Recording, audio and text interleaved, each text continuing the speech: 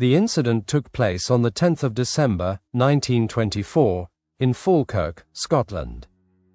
The Livingstonia Workmen's Home, in Kerse Lane, Falkirk, became the scene of a shocking tragedy late one winter night in December, 1924.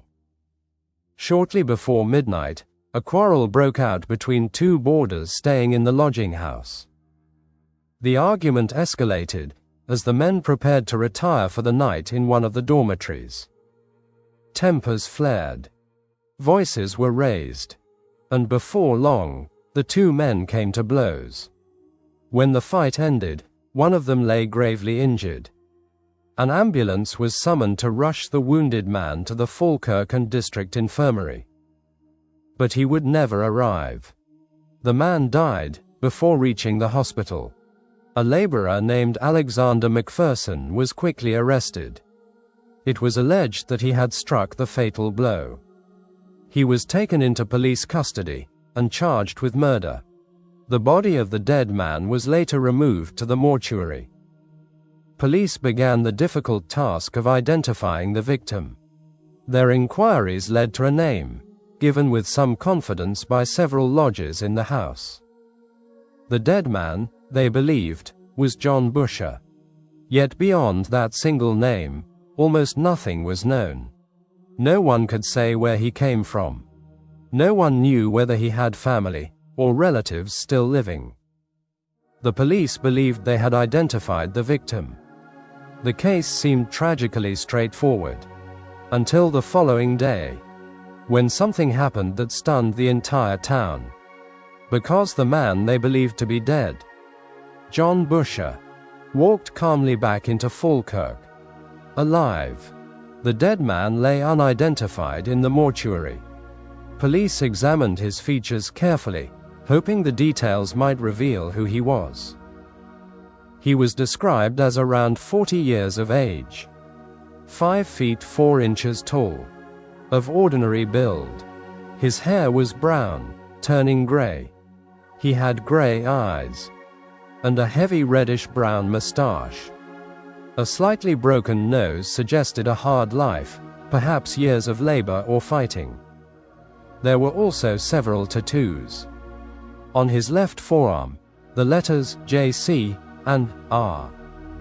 On the right, JF and H. There was also a small cross, alongside the letters SJSL. And several other markings, too faded to clearly make out. Meanwhile, the man accused of delivering the fatal blow was brought before the authorities. On Saturday morning, Alexander McPherson appeared in Falkirk Police Court.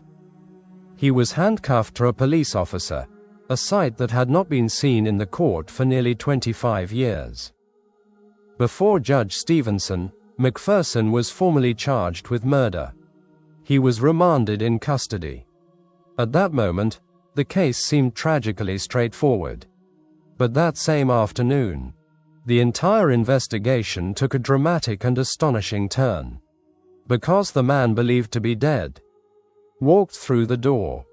On Saturday afternoon, John Busher himself entered the Livingstonia home. Very much alive. His sudden appearance stunned the other lodgers. In an instant, they realized the terrible mistake. The man lying in the mortuary was not John Busher at all. Busher calmly explained what had happened. The night before, he had taken an all-night shift at Banknick Colliery. He had left the lodging house without telling anyone. While he was away, another man had slept in his usual bed. The two men bore a resemblance. And so, when tragedy struck, the wrong identity had been assumed. Even after many people viewed the body, no one recognized the victim. Days passed in uncertainty. Then on Tuesday, 2 visitors arrived from Glasgow. A woman named Margaret Casey and her brother Robert Connolly. They had come with a terrible suspicion. When the mortuary door opened, Mrs. Casey needed only a moment. She knew immediately. The dead man was her brother. His name was Andrew Crowell Connolly, an ex-soldier. a man who had served his country in 2 wars. Connolly had fought with the Royal Highlanders during the South African War. Years later, he went to France during the Great War, where he was wounded in the fighting at Mons. The injury left a gunshot scar on his arm. After serving with the Black Watch, he later joined the Labour Corps. He had spent 4.5 years in the war. When the fighting ended, he even returned to France for a time, working for the Graves Commission. Life after war had not been easy. Connolly was 52 years old, twice married, and now a widower. One of the tattoos on his arm, M. Chambers, was the name of his first wife. During the previous week, he had been staying with his sister in Glasgow. The last time she saw him alive was on Friday afternoon. He had told her he was traveling to Falkirk in search of work. It was something he had done many times before. He often found employment in Grangemouth, moving between towns, staying in lodging houses, wherever work could be found. Now his journey had come to a tragic end. Arrangements were made for his body to be returned to Glasgow, where he would finally be laid to rest, as the shocking events in Falkirk continued to unfold. The next stage of the case moved to the Sheriff Court.